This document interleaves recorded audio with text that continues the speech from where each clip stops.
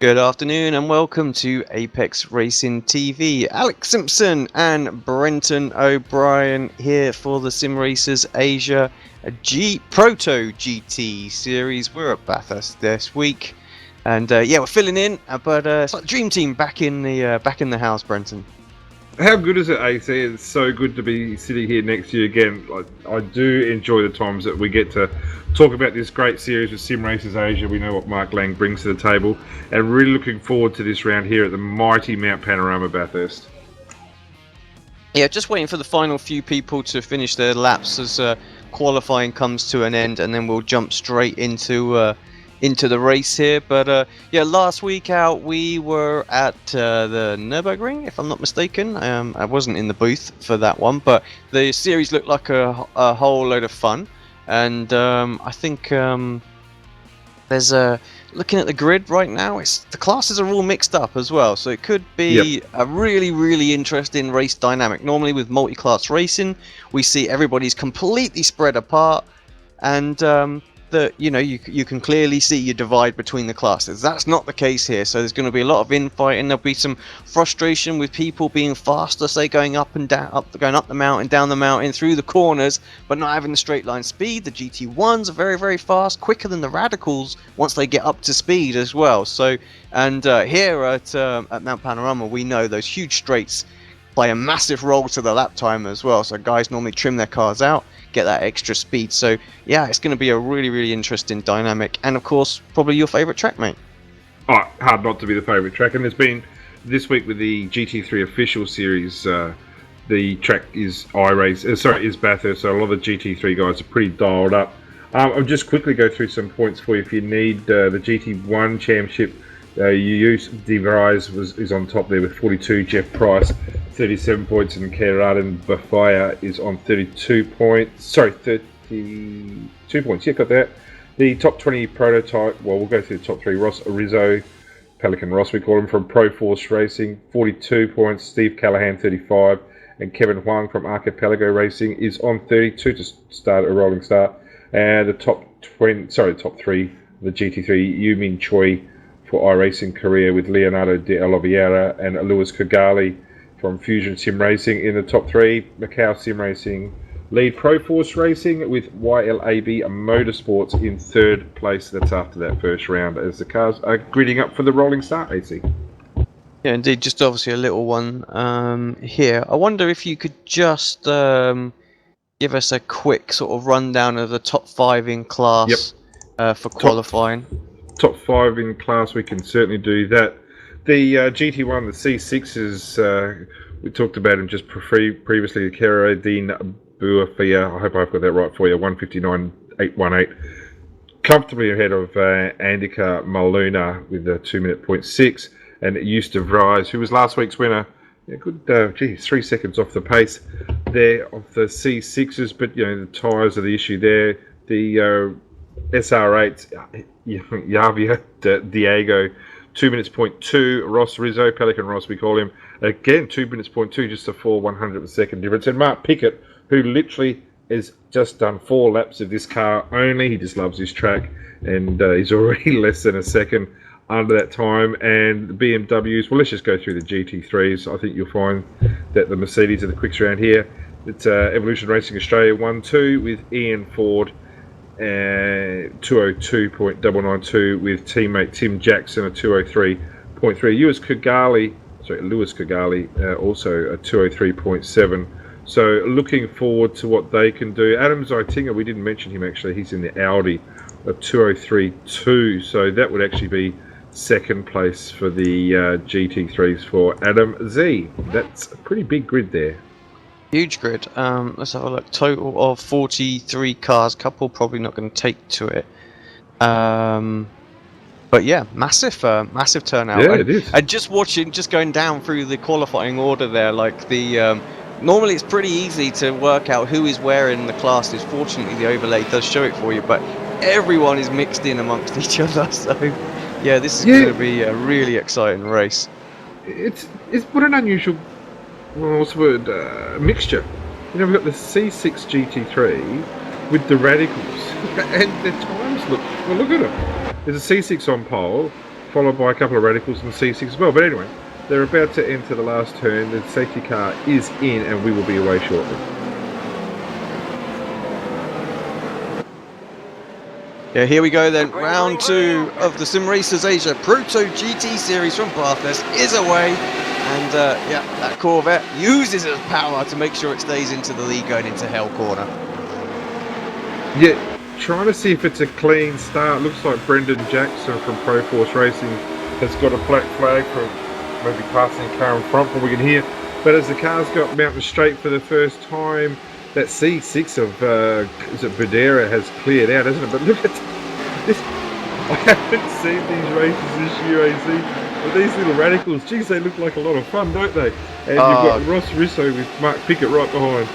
Yeah, great cars to drive, and yeah, you could just, I think, like I say, these guys might get a tiny little bit frustrated because they're not going to be able to sort of use the sort of speed over the top of the mountain like they would want to. But oh, we might have some contact further back. I heard it. Can't see anything. If we're survived, I think it was just a scuff of a wall. So everybody continues on their way. But yeah, it could have been a big one at top of the mountain on that one.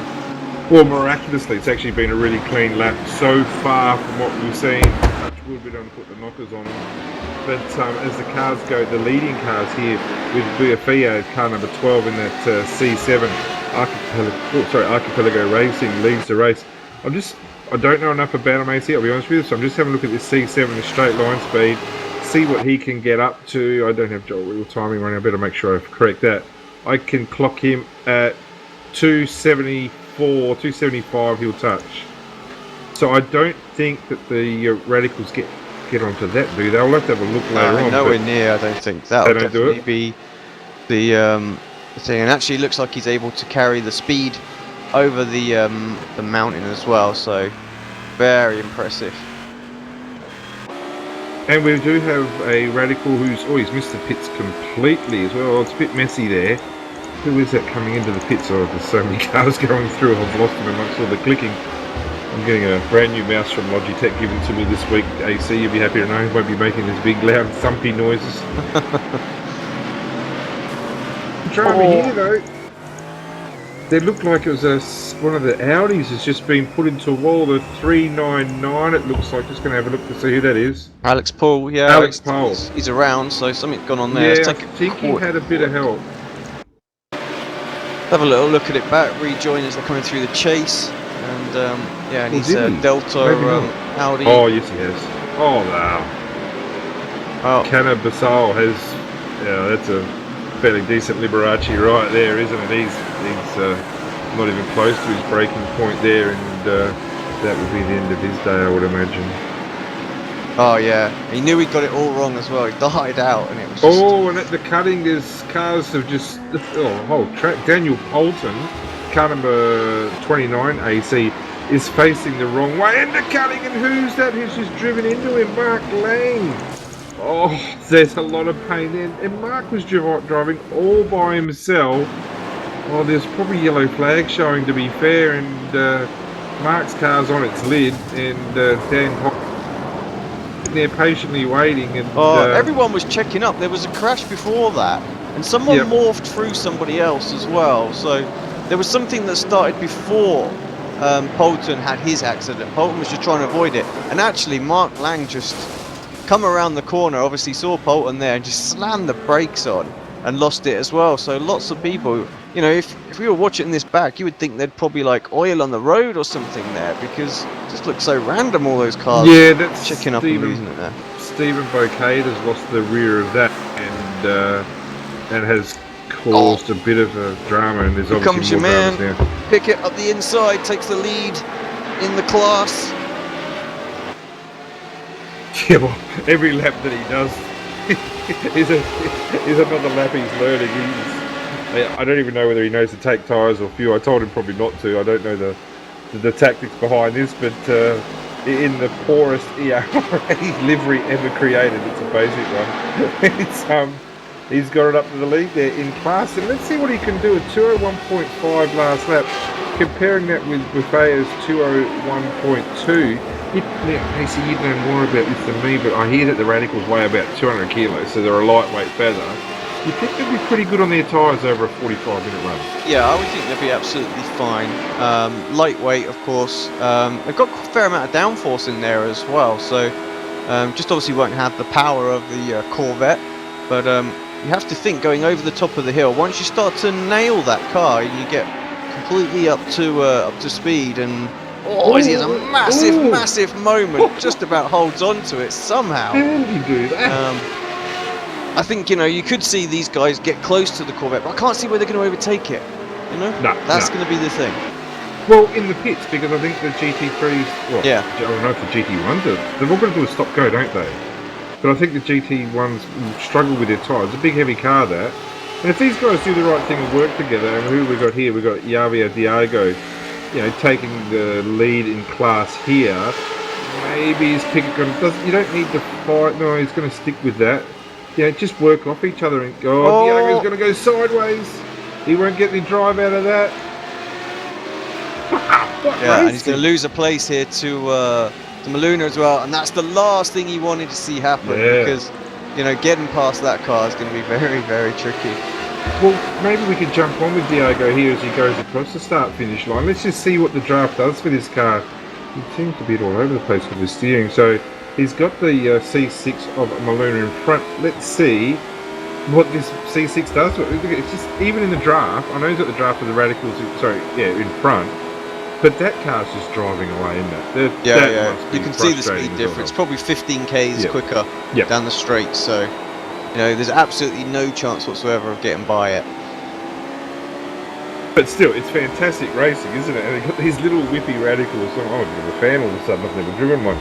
But you have to drive it if you haven't drove it. I don't think I've done a race in one, but I've certainly done a fair amount of sort of hosted sessions and things like that in them. They're a lot of fun. Well, I can tell you a bit about Mark Pickett here without getting, I'll tell you off air, some really exciting news, but I do know that Mark Pickett is going to be racing later on in the year at Bathurst for real. Awesome. In his Formula V, and he's fairly confident of a good result there, and there's going to be hopefully some decent sponsorship news for him coming up, which looking forward to very, very much. It should be exciting times for him. But he's starting to draw away, isn't he, from the second place in class of Ross Rizzo. But I'll try and find the leader of the GT3s. We can't forget them, I guess. Ford. There he is, tucked up behind a damaged Radical. Oh yeah, well again, okay, let's have a look at the difference now. I'm learning AC, so tell me to go the other way if you want, but let's see the difference between the Mercedes and the Radical. Is it going to be much at all? Ian Ford's last lap at 204.2. It looks like right now Ford in the slipstream that's coming off of the back of that Radical. He's actually just a tiny fraction quicker. Not huge, but enough. Not the car you want to be in, is it, the Radical, when you've got a massive big Mercedes AMG GT3, just sounding like a, they just remind me of like, what is it, the Star Wars pod racing, with the behind you, You can imagine hearing that. It does, you're exactly right. I've always wondered, what does it sound like? But you've put me onto it. It's exactly what it sounds like. But have a look at the size of those Mercedes, which are the biggest of the GT3 cars anyway, but you can see the difference there from when Ford was right up the tail of the Yazrin Yali car beforehand, but just through up the straights, and that little Radical just drives away. So I'm surprised. I would have thought the GT3 would be slower over the top than the Radical, but obviously that's where Ford seems to be making his ground. I don't know, it's just 204.790 for Yali last time, and 204.1 for Ford last lap. So I know we're talking about 11th and 12th overall, but these are the leaders of the GT3 class. So yeah, it's such an interesting series. Yeah. Now, what? And again, the guys will have to forgive me a little bit for this one, because I'm not entirely sure how the points are divvied apart as well. If you win. No, I can tell you the points are per class. So the winner of the class like the winner of the race overall Yep. gets the same points as winner of class. So top. But they're not really racing each other as well. So, but of course, you've got to get by to get to the driver ahead. You know, so it makes for an interesting dynamic. Yeah, it really does. I'm just thinking. Okay, so what's happened here? Because Mark Pickett's dropped off. So Buafia is still very, very comfortably in the lead. He goes across the strike now, 201.484. They're not going to compete with that time. That's way faster than the field. Pickett did a 208 the lap previous to this, so yeah, he must have made the mistake there while we were away looking at the GT3s. Yeah, well, Ross Rizzo 202, 2-3 for Javier, and Maluna in the sister car of the leader, a 3 flat. So, and a 2-1 for Pickett for his reaction. Steve Callahan, we spoke about him, 6th place overall, 3.6. It's neither here nor there, is it? It's 5.99. But you know, like I said, it's a 45-minute race.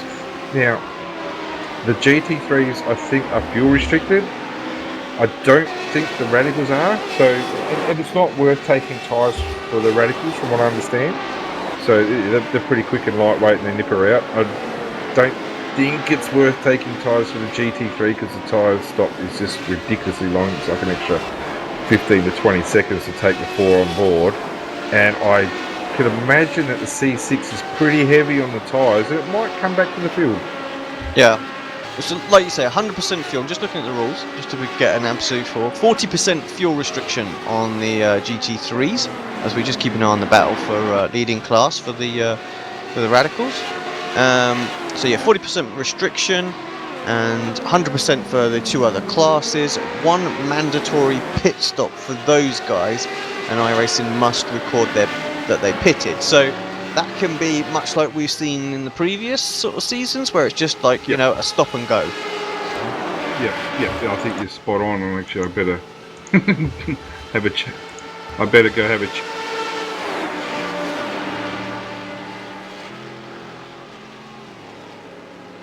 I don't know what's happened. There we go. I disappeared for a while. Yeah, I think you're spot on there. Sorry, AC, technical glitch. And yeah, well, it is what it is. The lead. Look at this side by side going into Murray's. Rizzo holds on. He's driving so well, this Ross Rizzo. You might not have heard of him. Yeah, Maluna's going to get inside. Sorry, Brenton. Yeah, and the frustrations about just took full advantage. Oh, makes a mistake. Oh, he's holding on to it. Yeah, but let's see now. This is an absolute drag race up Mountain Straight here. You'd think that the C6 will just munch onto the radical here, but the radicals hold on pretty well. I guess the initial drive out has made that big, heavy C6. You know, had so much wheel spin on exit, hasn't been able to get the job done there. Still hangs on to 4th place. And amazingly enough, the radical must be pushing out enough dirty air there as well. So when they're tucked up in the draft, it is helping the Corvette quite a bit. Yeah, exactly right. Eustace, who was last week's winner in the C6 Corvette, he's actually down in 8th place. So where is he in class? I think that would make him 3rd in class. So just a little bit down was last week's race winner in the C6s.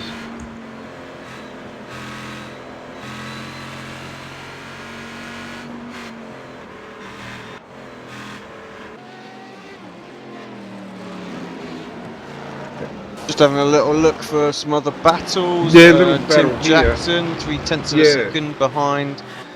Gang here as well. What else have we got? Paul Nelson, Cannabasol. They're just a couple of 4/10 of a second apart as well. Oh, Ladies and Audi. There? I reckon Frederico Duarte, Joachim De Roca, Teixeiras hit the wall on the exit of the depot. Well, he certainly did. Yeah, I think he's got some decent right hand damage there all the way down the side, and also his wings copped a bit of a hit too. Whether it's going to affect his performance or not, looking at him down the straight, 246 seemed to be way off pace there. And also with again another comparison here, the C6 compared to the Mercedes-Benz. This is a GT1 compared to a GT3 car with like I said, Chun Gang 10th place overall in the 36 car, and Tim Jackson in the MS Limited Edition car behind him. And who's that? Yeah, that's that car that's clipped the wall coming in the pits, Federico. I reckon there's a bit of trouble there. I'm not sure if they get a quick repair, AC. You might be able to tell me. I'll have a look, actually. Yeah, no, they do get a quick repair, so Charity's alive. Yep. Oh, he's gone. Around he goes. Gang has gone on the exit there, just on the exit on Hell Corners. Lit up the rears and put it around, and Jackson just gets his Christmas gift. So the top 3 GT3s now: Ford, Jackson, and Adam Zeitinger from Pro Force Racing. Watching this from onboard, gang. I want to point out as well, just as it's been brought up, why we're not covering the leader that much. Well, he's 7.7 seconds up front. Not much going on up there. Well, he is, but for the first time, and we were talking about tyres before, AC, 203.4 for our leader, and the 2 little radicals, 202 flats. So they've taken 1.4 seconds out there. Oh, maybe the tyres are coming in. We've got 7.8 seconds as they crossed the start-finish line last time. Maluna, noticeably as well, AC, has dropped off these two, so maybe the tyres on the C6 are starting to hurt a lot, and these little radicals are going to start coming into their own. Yeah, definitely a mark into the 201s as well, so closing back in after his little mishap a few laps ago. Yeah, well, let's have a look at lap times here. Rizzo crossed the line now, 201.8, 201.3 for Buafia, so that's ruined playtime for the kids right there. we hoped. Isn't that a get back into your bedroom statement right there by Carradine just there? Idra here as well in his BMW into the wall, like a early shower for him.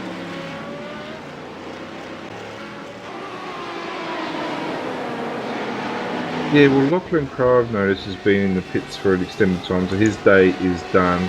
Yeah, Indra Trianto, as you were saying, he was the leader of the BMW class. I don't think they'd give... I wouldn't think they'd give class wins for BMW no, separate to Audi, to separate to GT3. It is just GT3 all in. Yeah, the way they have to do it is every car has to be down on iRacing as a separate class, and then we combine it in our overlay so that we put the GT3s together. So there's no way of doing some separate class and some not separate class. So yeah, as far as iRacing concerned, it's all apart. But we combine it on what you see on the TV, and obviously Mark looks at the results and works it out as well. Well, it's been a pretty big week for iRacing, AC, with the Porsche release, and I would think by now you've probably driven it for 1 or 2 laps. You haven't touched it yet? No, I haven't bought it yet. Really? That does surprise me. Well, I'll have to tell you off air, but there's been lots going on here, and yeah, I have been not even been on my rig for the best part of a couple of weeks. So. Well, you do such a great job with Apex and the Apex Academy, mate. I'd imagine, I'm going to guess your AC and reckon you do 35, 40 hours a week just in admin, mate. So my hat goes off to you for. And congrats to your team too for the F1s and also the GT3 World Championship qualifications. Absolutely dominant in the Formula 1. It was an incredible result by your boys. Yeah, awesome season. I have to say we were massively gutted, not to take the focus of what's going on this particular race, but we were massively gutted not to walk away with that championship in Pro Series. And now that it's been and gone, and I think everybody really realises that Jamie's poor connection issues is what basically on that final race is what lost him the championship, because our lads had the Coanda car covered. Gutted. These things happen, and that's racing, isn't it? Well, it is, and 2017 is a new year, and it's a new season of Sim Racers Asia, and last year's defending champion Anthony Winkelmann, I know as a fact, is not here because he's away on holidays, and he'll be back probably later this week, and he might be hooking back into this race. I know he's gutted himself that he couldn't be racing his Radical around this great track. He actually owns a Radical in real life, so I'm looking forward to seeing what he can bring to the table if and when we're here next. But in the meantime, This little battle here between Ross Rizzo and Javier de Diego is still going on, isn't it? We're on lap 10, so we're 22 minutes 40 plus in, 23 minutes in. And this is a battle that doesn't look like it's going away. 201.6 for a pair of them. And we've got 202.6 again for Burfier. So whether that's just traffic related or... I think the radicals are getting quicker though. As the fuel's burning off, they're definitely getting faster. Yeah, well, I look at Malone this time at 201.8, and interesting, I don't know why, but the last two times of Mark Pickett haven't picked up, so whether he's got it doesn't look like there's any damage to that car, so whether he's got a little bit of a meatball damage, I don't know, but the car looks pretty clean, but hasn't been any times picked up at all, so we'll see if he goes across the start-finish line this time. And if there's no time recorded, there is a 202 flat.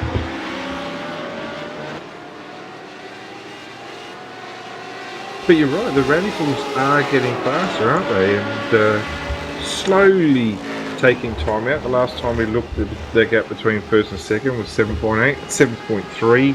We're not going to be dancing the streets about this being close finish just yet. But there is murmurings that maybe these radicals can fight back here.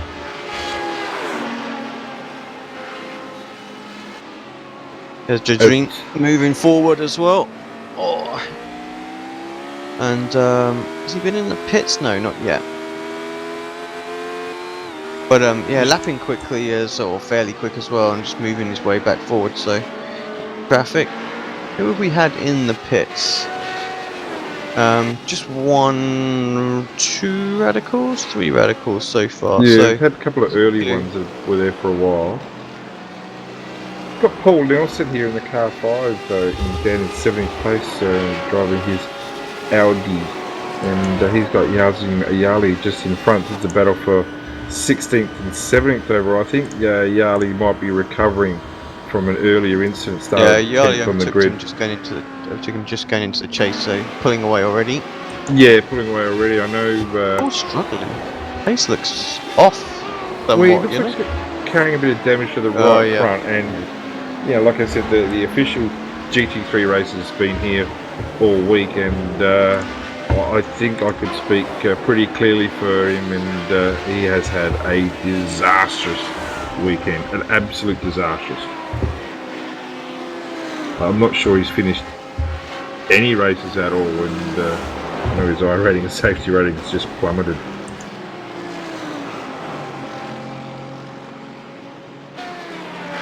Looking at then Borg here as well. On holy heck! I'm just having a look at a replay of Fuji Satono up the top there, and his race is definitely done. He's unusual bit of driving there for Fuji. He's being lapped and just kind of parked it in front of Ian Ford coming over the top there at Skyline, and I think he's actually collected Tim Jackson on the way through. Yeah, one thing with it being nice and light though, they're not going to get damaged too much. You'd hope. No, well, both the leading GT3s are now in the pits, Jackson and Ford. They do get a quick repair. Yeah, they do. So this is the thing, they've got to take fuel, don't they? So they're going to be... It's a little bit frustrating. Yeah, they have to. Yeah, I'm not sure why they need to, in comparison with the rest of the field, but it is what it is. I don't think it balances the field out, but they have to stay there for a while while the other guys get pretty much stopped going. It's the same in class, and they are only scoring points in class. So, Rizzo massively out of shape under braking, going into Forest Elbow. Just about holds onto the car, but surely Diego has got his best opportunity for a move. Moves to the outside. It's going to have the inside. Yeah, well, as they enter the chase, it is going to be... Rizzo's going to hold on to this, is he? But Diego very, very late onto the brakes. Down to second gear. I'm not sure he's going to catch that. No, he doesn't. So Rizzo will drive around and onwards he goes. So good little battle here. And what's going to know pit stops? I'm not sure. Oh, they have to do a stop-go stop, don't they? But yeah. Yeah, it's that's going to drop them off even more. There was 7 back out to 7.8, going across the line now out to 10 seconds. So a good night, nurse. They have been able to hold off Maluna the entire time, mind you. Maluna's still there in 4th place. What are we just over halfway through the race now. So it certainly has settled down the race, hasn't it? But Stephen Callahan, I noticed, has got past Mark Pickett as well. Oh, because Pickett's obviously made another mistake on lap 11. His time was 2 minutes 11, so well, it's his debut race and it might be his last race, but yeah, he's out there having a bit of fun with it.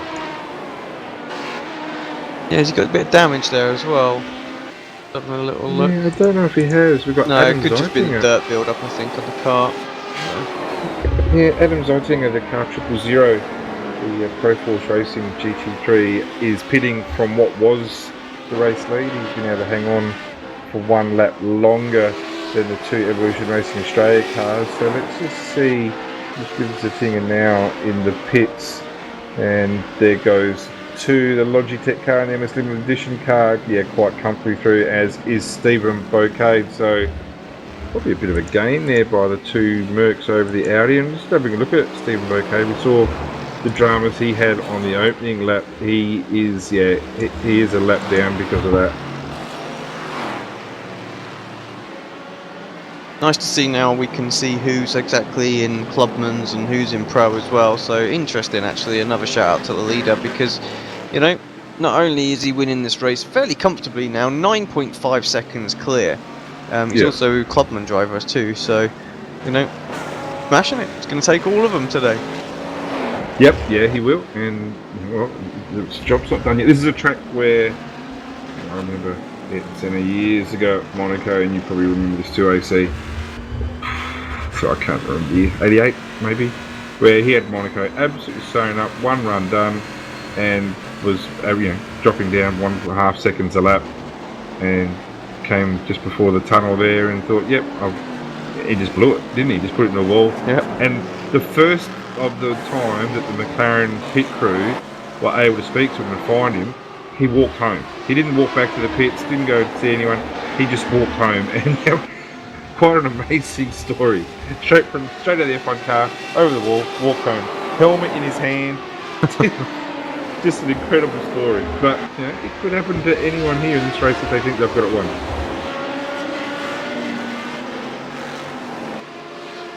Could you imagine living in the same unit as Ayrton Senna and he just walked past you in his McLaren suit while she's still listening to the F1 cars in the background? It wouldn't seem right. No, not at all. That'd just be crazy.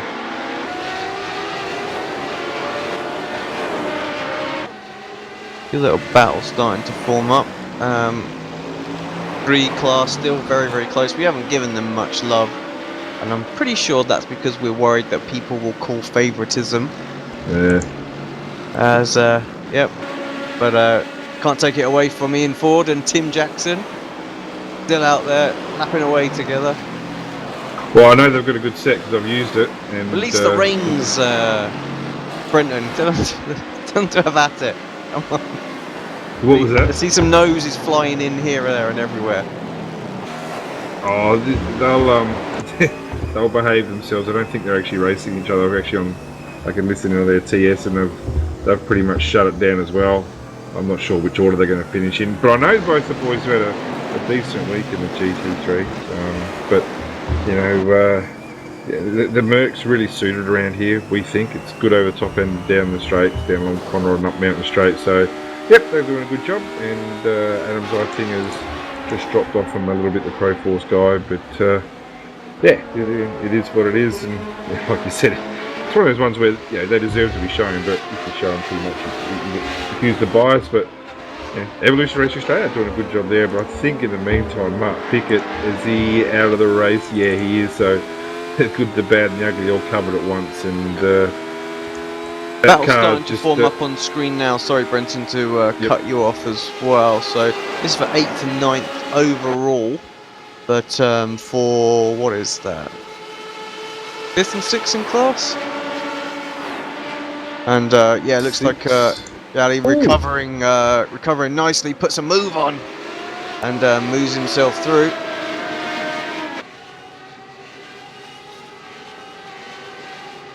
Yeah, well, I've got. You looking at Twin Game or who are you looking at? 081. Oh, here we go. There we go. 081.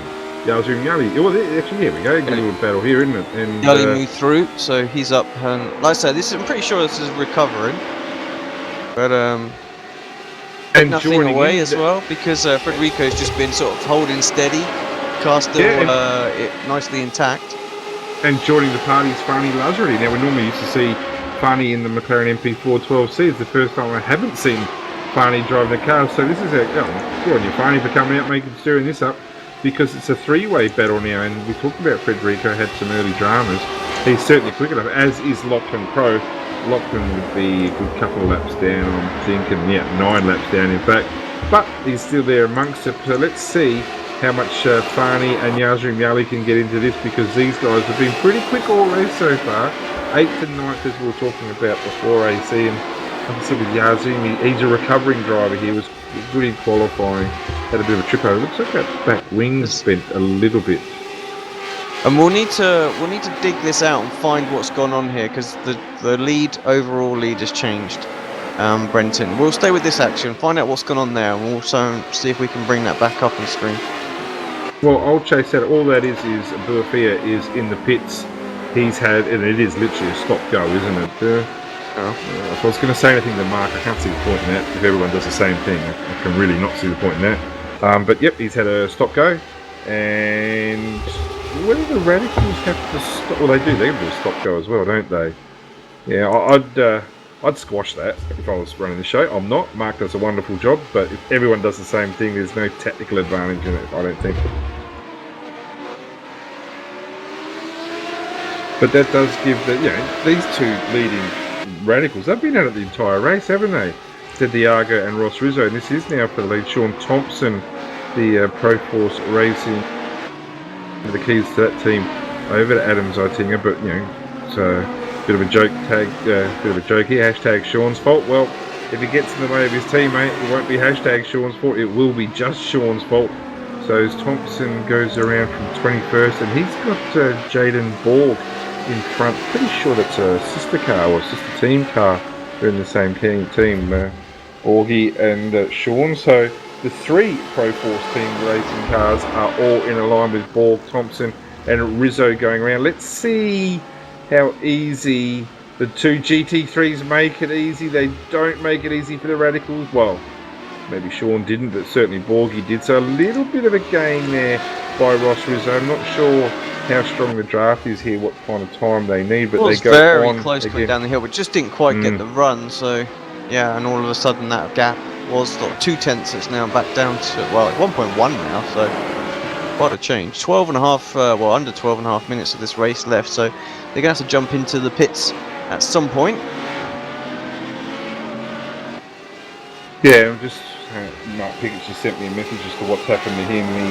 He had downshifting problems, and the car continued, went into compression lock, and as a result found the wall over the top at Skyline. So his day is done, but like I said, it's the first time he's in that car. Might even be the last time, but certainly had a bit of fun, that's for sure. Ross Rizzo, in the meantime, has done a really good job here, hasn't he? And he just seems to be stretching out, and just a quick 1.5. Maluna into the pits as well. So he serves his. Bit of a slower stop for him, 3.6. For the stop and go. His teammate just 0.6 of a second, so one of the quickest we've seen. Yeah, like I said, if they have to take fuel or make sure they take tyres, you can see an advantage in it, can't you? Or the strategy coming in. But there's one thing Mark can't be accused of. Who's that? He just lost it. Actually, Sean Thompson's just spun it over the top at McPhillum. He didn't actually hit anything, so happy days for that. And comes out just in front of his teammate Brendan Jackson, who had issues early on with a black flag issue behind the safety car. Where was I going, AC? Tell me. I've completely lost it. Let's not worry, let's just pick it back up. Okay, let's just go under it. I'm just getting the replay up on screen just so we can see the spin. I just caught the bump, the crest over the top there did Thompson. But yeah, like I say, no Oh, issues. yeah, Just that's what I'm talking about. 360 and carried on and lost some time. That's what I was talking about. I was saying that, Mark, he always brings something different. I just want to have a look at the car 40 for a sec, because whenever they start talking about come-ons and sorries and all that, you can generally see there's going to be a problem, and there will be. This is for 24th and 25th position with the car 40 and the car 23 of Putra. What do they do here? They go around McPhillamy. This is not going to be pretty. You can see nothing but skyline in front of you, and he's tagged. Just that light little tag of Klaxon there. Oh, and, yeah. Yeah, it doesn't take much, does it? And especially there's nowhere to pull it up, and Rutherford has tried to go on with it and lost it again. Is there anyone coming? Don't park there. Holy heck. It's, he's going to be doing a 5-point turn there with a broken car. Seems to be... Oh, don't move forward. Don't move forward. He's moved forward. Oh, no. So there goes Yazoo Yali as well. All and now the two GT3s go through. I think as a result of that, I reckon Ian Ford's then hit the wall. I think Stephen Bouquet's hit the wall. Yali is staying stationary, but there's some. That's the one thing with some of this series. Sometimes it does come back and bite you with crazy little moments like that. And even though Radapon was in the right the first time with getting tagged up the top, what he did later on, you can't park a car across the track like that and expect not to be collected. And Yazoo Yali's race is done. And I think we've got problems as well with the Fusion Sim Racing car of Lewis Kigali. So he's had problems as well. We're going right back into the dipper. What's happened here? Oh, not again. Wow. Choi Gang has lost it and spun. But to be fair to Choi, he has tried to get out of the way, and Lewis has collected big time in the front of that car, and that car will be done. I think he's taken Paul Nelson with him as well, so it's all happened quickly and all from drive error, and Paul Nelson doesn't sound overly happy. Connection things going on there as well. Cars just reappearing back in places. So yeah. Right, what do we got? 8 minutes to go. Leaders still have not pitted, so let's hope they're aware they need to pit. Well, I'm sure they do, because Ross Rizzo's actually leading class after last week. Yeah. So, Rizzo's got his data in there, so he's definitely been in before, but Diego hasn't. So 0.6 of a second between them. Well, it really is up to Buafia, isn't it? And traffic, and he's going to be able to get through Brendan Jackson pretty quick. Yes, he can. And then he's got Sean Thompson just in front. Buafia's last lap. Where did you go? 2:17. Well, 2:01. Yeah, that's more than slightly competitive, isn't it? That's race-winning pace right there. Impressive, really, in these. It is.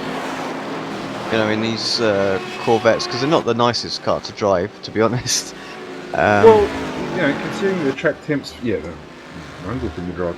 But the track temp is 40 degrees, so I've seen certainly hotter this week, but I've certainly seen a lot cooler. But he's doing a good job, Buafia. It's not a name I'm familiar with, I have to admit. I haven't come across him Sim Races Asia before, but he might have done it at the end of last season. Don't know. But for the here and now, the track which is as technical and as difficult and as unforgiving as Bathurst, he's doing a really, really solid job. And if the race goes on as it is now, well, he would imagine he'd be the race winner, wouldn't he? As our race leader, Pelican Ross, does come into the pits. So let's see where he ends up. It's such a slow, long pit lane too, and Buafia is going to get through easily. He's already exited the chase under the Armorall Bridge into Murray's Corner. How long's the pit lane here? Do you know what I mean? How long just driving through it? Let's just stop go. Oh, hang on. Is Rizzo going to come out in front? He will. What's going on here then? He's actually come out easily in front of Buafia. Well, it's on again, AC. It is on again. Buafia's last lap is where the problem is. His last lap was a 2:05.1. That's 3.4 seconds slower than the previous lap. Now, you probably got your timing running there, AC. I reckon that gap looks like it's about 3.4 seconds. 3 seconds, yeah, exactly that. Yep, well, there you go. And, so whatever's happened the previous lap has cost Buafia a good chance of winning this, and Ross Rizzo is away. Well, he's 7 seconds clear, and I know we shouldn't really worry about the overall race win, because it's still a class victory overall. Yeah. But, you know, there's bragging rights up for grabs here, isn't there? Well, the oath there is, and you don't go in a race just, name me one person who says, we just want to win our class. No, you don't. You want to get there as high as possible, and if you get the class win, hooray for you as well. You know, like with the Daytona 24-hour last week before, can't remember. Yeah, and you want to win your class. You want to get up there. If you get a poor car into the top 10 overall, or a lower ranked car, or a lesser car in the top 10 overall, well, then you've done exceedingly well, haven't you? What's Diego going to do here? He's got a bit of traffic ahead of him right now.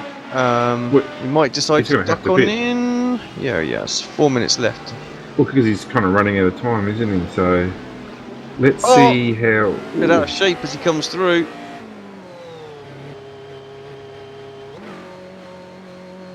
Saw some disgraceful driving using the pit lane last night in an official GT3 race where the guy that was coming third on the last lap, and I won't mention his name, from Kronos Racing, but just went, hang on, he didn't stop. He just drove straight through the Diego. Did he? Yeah, he did. He didn't stop. Oh dear, well, unfortunately he'll get himself disqualified on that front. We've just jumped it back, or I've gone a bit too far back. Yeah, he just kept on going, so, which I then have to ask the question, did Ross Rizzo stop? Rizzo did stop. Yeah, Rizzo did stop. I thought he did. You're right, yeah, he just drove through. So, Yep. Diego, unfortunately, will get disqualified from this race. Yep, absolutely he will. And whether he doesn't know the rules, you have to think, if you're going to do a drive-through, you'd know the rules that you're going to do a stop-go, don't you? So, exactly, you've got to know. So, yeah, Rizzo's going to take this one. Yep, so Diego is gone. He's got to be wondering what's going on right now. You know, come out of the pits and like, why am I 3.4 seconds clear here? So, oh well, that's that. Let's check in with the GT3s. See what's going on out there. Oh, who's that? Mark Lang. Oh no, he's lost it, and he's already gone for the toe. And we've lost number one car out there as well. Jost into the wall pretty heavily. Ooh, that was last week's winner. So not a time to be losing it. Was third overall in class, looking good for the championship. Then just net a win and third. Well, I'm just looking at the two ERA cars here, 1-2 in the GT3s. If you're getting close to the last lap, you would think they'll pull comfortably away from Adam Zeitzinger. Whether these two are going to race or not, I have no single clue. Good luck to them if they do. There's no team orders there. I think 40 doesn't drive the GT3 as often as he would probably. Actually, no, I think he's pretty keen just because of the track, I think. But Jacko does a lot of GT3 racing. The extra moments, leading Division 2 overall in the official series. In. Where's he heading? I think he realised what's gone on. Someone must have told him. Oh, but, yeah, here we go. Stop go. Yeah, well, there we go. Fair dues to him. He fixed the problem. It's cost him the race. Well, or at minimum top 3. Still second. Still second. So you know, it's not that. It's not much of an issue, is it? You know, he's probably Rizzo was ahead of him, so he's probably just gone. Well, I finished where I finished. At least I'm not getting disqualified. Yeah, no, he's second in class. I'm talking about the win overall. Well, there's nothing wrong with losing by 1/10 of a second in the race or losing by 20 seconds. But you know what he's done? He's corrected his mistake, but he's then made another one. Oh, I reckon he's put it into the wall, and I reckon he's got company. Yavi has tagged the wall, as has Brendan Jackson. in that Pro Force Mercedes there at the cutting, and I'm wondering whether Didiago has a bit of damage. Doesn't look that comfortable to drive, has to be said. Looks like he's tracking a bit, yeah. Yeah. When he's already had his quick repair, I would imagine, because he hit a wall early. This is going to be the last lap, I think. He's got to bring it around, doesn't he? Yeah, I can't see Rizzo making it. We've got 17 seconds left. Can't see Rizzo making it to the checkered flag or through the line at this point. So, yeah, the white flag is going to be thrown, and then shortly after, it's going to be the checkered.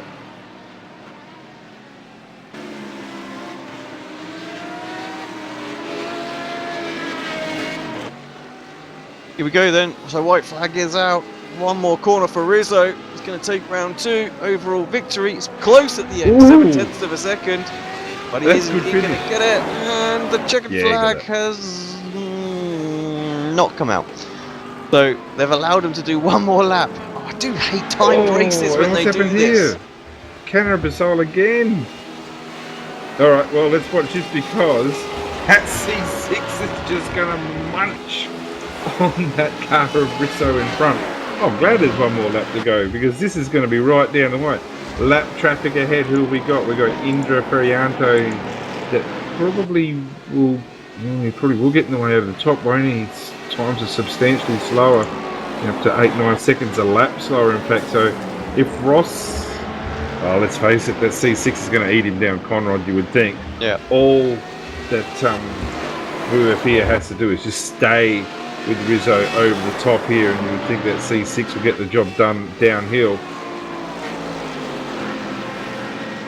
But it's on now. The traffic's got out the way. It's just one-on-one. This is where Ross needs to make his gains. Right here, right now. Over style line. Coming into the Dipper, famous part of the Mount Panorama circuit. It doesn't show that well. Into the S's. Coming up to a Forest Elbow down the second gear. This is where if you get a really good drive out of here, it'll make your life so much easier. And I reckon Vuafia absolutely nailed that exit on Forest Elbow and is making some ground here. Whether he gets it, I don't know. I'll jump on board and have a look. Yes, he is. Straight through, in fact. Look at the speed difference. Late braking for the Radical, surely. No, well, he doesn't need to. There's a class win there, isn't there, for both of them, but wow. It would have been good. You wouldn't like to, would you? Tell me you wouldn't have liked that one. I know I would have. Anyway. Just stuck out the inside. Whoops, there we go. Here we go then. This time the checkered flag is out. A lovely timing system ruining it for us, though. Great job. So both class winners come across there to take victory. Awesome drive from them, faultless drive, no mistakes. Maluna coming across in second place for the Corvette class as well. So, and then Diego after his we've lost the mishap there, coming across in second. We're going to have Callahan in third. He's some 13 seconds back, just coming through the chase now. Yeah, we've lost Ian Ford as well, and he's been leading the GT3 race. He's still out there. Yeah, but he's about to. Now I wonder if he gone straight on. So I wonder if he didn't put enough fuel in. So I'll just jump on board. Yeah, a long way behind. Last lap was 17, was 2:17 as well. So he's got damage. Right, he's absolutely crawling. Yeah, and Adam Zeitinger is going to smile and wave as he drives past an Audi, will he? Is he going to get there? This could be close. Yeah, no, he'll get there. He'll get there. 40. What's going on there? He's got... It's almost like he's run out of gears. Or has he run out of fuel? Has he run out of fuel? Does sound like he's run out of fuel. Jackson has won the GT3 class. Sorry, Tim. Here he comes. Oh, we get him. Tim Jacko. Taking the victory here. Good drive from him. 40's out of fuel, you idiot. Yeah. That's that one extra lap, you see. They thought they'd done it. And when you look at it, 10 seconds, or probably 10, 15 seconds before they'd come around the corner, the timer was up. So, that's surprisrising. Hats off to Benjamin Hakeson here. Oh, what's that? What? Benjamin, is 40 even in the car? That's a little bit bizarre. He tried, didn't he? There. Yeah, but I don't know. See, Ben hasn't done anything wrong. No. Come on, roll it backwards. We've got to see. But I don't. Oh, I have no idea what's going on with that car. It's not going to make the finish line, that's for sure. Now it's rolling the wrong way. Oh well. Interesting times for the Logitech G. I'm not sure whether Yazrin Yali go straight. Yazrin, don't go in the pits. Wow, whether his teammate can drive all the way around and get him across the line, but wow, what a interesting race. And Brendan Jackson, is he got enough fuel? No, he's pitting. Everyone's pitting. So, wow, interesting time. Sean Thompson, let's see. Is 40 still even there? I do not know. Or is he just blown up? I think he's blown up. He's left. He did, he ran out of fuel. Well, there you go. And that is that. That's the final results. Tim Ryan, if you're watching, have a look at my Ian Ford. I'll leave the results to you, AC. Yeah, well, congratulations to everyone, all the results ticking through your screen right now. But yeah, what can we say about that one, Brenton? So obviously just jumping in the deep end really today, just trying to catch up with the series and whatnot. But yeah, an interesting concept really out there. You know, it's just it works quite well for an entertainment point of view. I know obviously they're not running for overall positions as class championships, but yeah, it just it does, yeah, it keeps it exciting. While the results are popping up on screen, I just want to say anyone who hasn't got their team names or details on the flag isn't on there or anything else like that, get in touch with Mark Lang. He'll update the data file for us and send it over for next week's race. Then we'll have everything showing there. But yeah, we have got Tim Jackson come in, but I'm afraid I have to absolutely fly. I'm sort of covering today. So I do want to apologise. No, gotta go. Gonna have to run pretty quickly. But yeah, thank you for stepping in, mate. I appreciate that one. Dave Christie and Scott Newton will be back next week. Dave's PC literally blew up this morning, so yeah, we'll scramble to find a commentator. So I appreciate you stepping in, mate. Love working with the AC, and yeah, I do just love working with you, mate. You're the ultimate professional, and yeah, it is what it is, and you gotta go. You gotta go. Well, thanks everybody for tuning in. Of course, coming up later on tonight, we have the BSR Kia Cup Series. So that starts at 8 o'clock GMT, and then at 8:30. Oh no, sorry. Before that, we have got the Euro V8 Supercar Series. Something that you guys might be interested in. So two separate races. So we've got a sprint race and we've got a feature race. And broadcast of that starts at 6 o'clock. So yeah, V8, and then we switch over to the Kia Cup Series as well. So two great more broadcasts, and then don't forget to tune in on Sunday as well. A load of action. IMSA back on Sunday, as well as the World League Series as well. And I'm trying to think what else we've got going on. There's so much at the minute, so a whole bunch of extra series. So do apologise if I've forgotten everyone, but I think it's all there. Right, cheers, Brenton. Thanks everybody for tuning in. See you again here from the Sim Racers Asia Proto-GT Series. And yeah, congrats to all the podium guys. We'll be back next week. See you then.